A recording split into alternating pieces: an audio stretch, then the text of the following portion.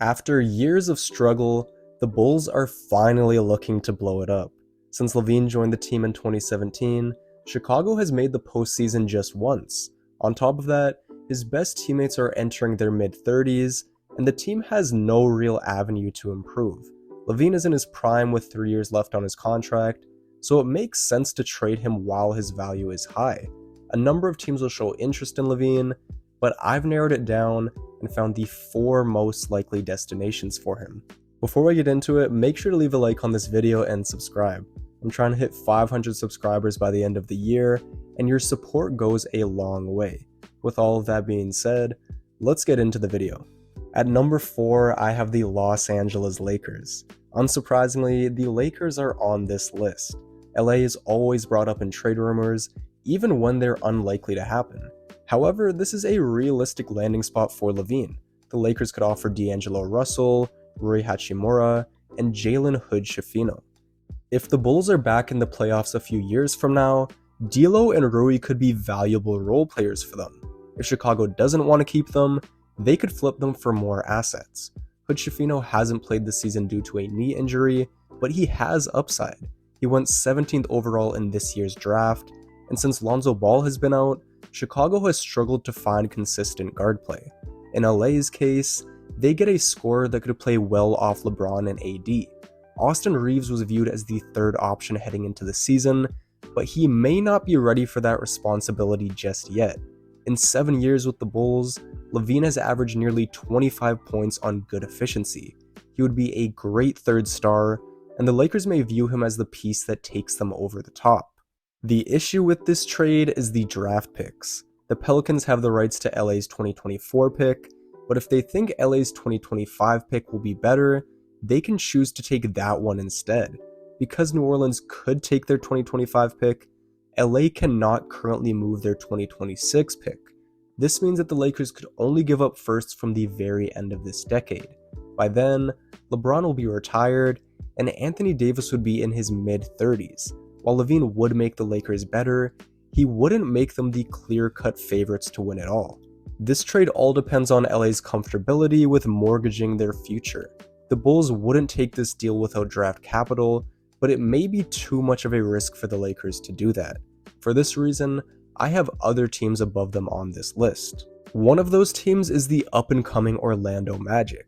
Orlando has a great young core, they're one of the best defensive teams in the league, and they'll be in the playoff hunt this year. However, they struggle offensively, mainly because of their poor three-point shooting. LaVine would improve their offense and spacing, plus he'd alleviate some pressure from Paolo Banchero and Franz Wagner. The Magic have plenty of young talent, and they'd be more willing than LA to give up picks. Orlando could trade Gary Harris, Jonathan Isaac, Anthony Black, and a future first and second round pick. Harris is an expiring contract, Isaac is really good on defense, and Anthony Black was the 6th pick in the draft. This would be a great start to Chicago's rebuild, and the Magic would be addressing their biggest weaknesses. Orlando's new starting lineup would be Fultz, LaVine, Wagner, Banchero, and Wendell Carter.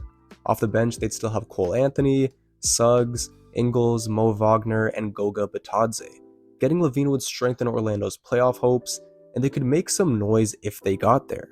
While the Bulls would really like this deal, the Magic aren't in a rush to make a big move. They're the 4th youngest team in the league, and they may want to see what they have with their current pieces before trading anyone away. They'll have the assets to trade for any star going forward, so there's no need to jump at the first one that becomes available. It's a more likely destination than LA, but I see them waiting before making a big move. However, there's another young team that would be more willing to trade for LaVine. To what I imagine is a surprise for most, the Charlotte Hornets are on this list. Before this season, Rick Schnall and Gabe Plotkin became majority owners of the Hornets. In their introductory press conference, the two majority owners preached patience, player development, and winning with the people we have here now.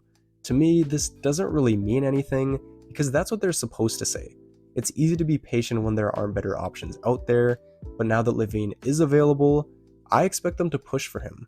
In their press conference, Schnall also said, "What we're trying to do is build for a championship contending team over the next several years.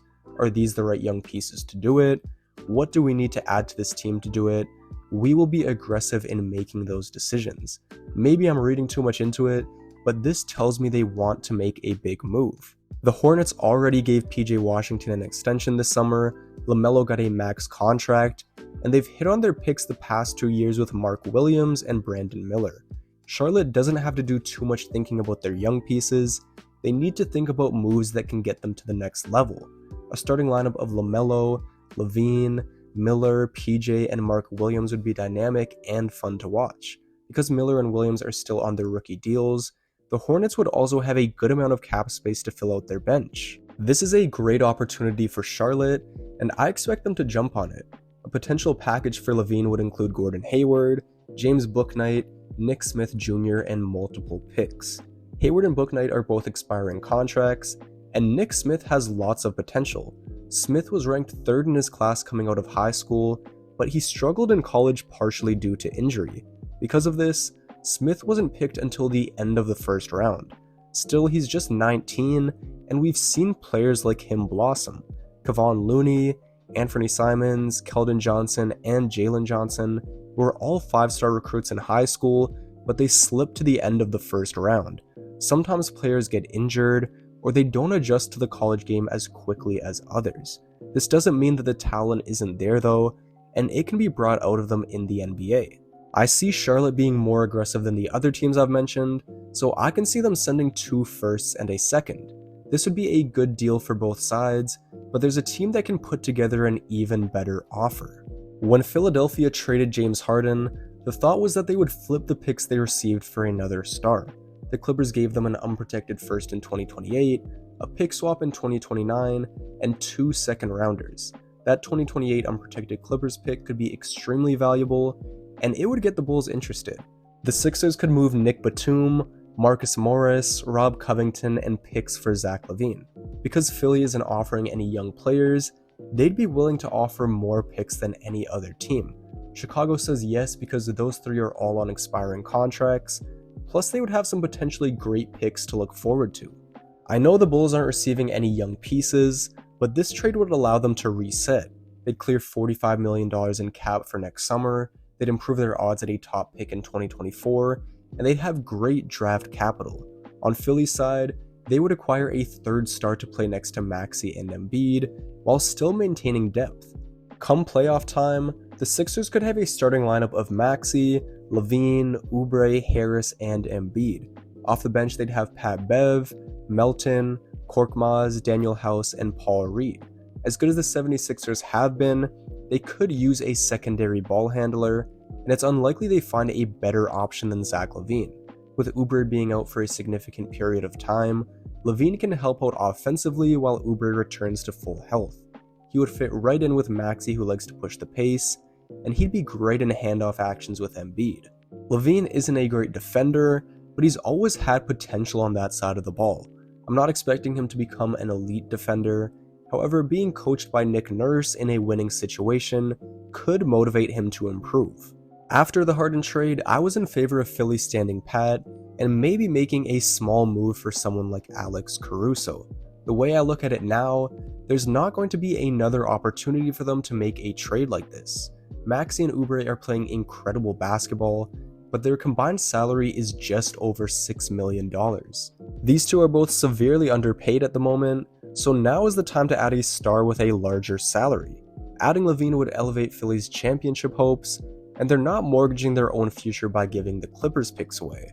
This is a low-risk, high-reward trade for the Sixers, and I see them as the most likely destination for Zach LaVine. The Heat are a team that's also popped up in trade rumors, but I just can't see a deal getting done between these teams. Miami already lost some depth in the offseason, and because LaVine makes $40 million, they'd have to give up Tyler Hero and Duncan Robinson. On top of that, Chicago would want a pick, and like LA, the Heat can only offer firsts near the end of the decade. Because of the Stepien rule, Miami could only offer first rounders from 2028 forward. By then, Jimmy Butler may be gone, and the team could be bad. It's too much for the Heat to give up, and as good as Zach LaVine is, this isn't Damian Lillard we're talking about. There is a possibility of a 3-team trade, but as much as I tried, I couldn't find a 3rd team that would realistically get involved here. So to reiterate, I have the Lakers as the 4th most likely team to get LaVine, followed by the Magic, Hornets, and then 76ers at number 1. Anyways, that's going to be all for today's video. Make sure to leave a like, subscribe, and let me know your thoughts down in the comment section below. With all of that being said, I'm out, and I'll see you in the next video.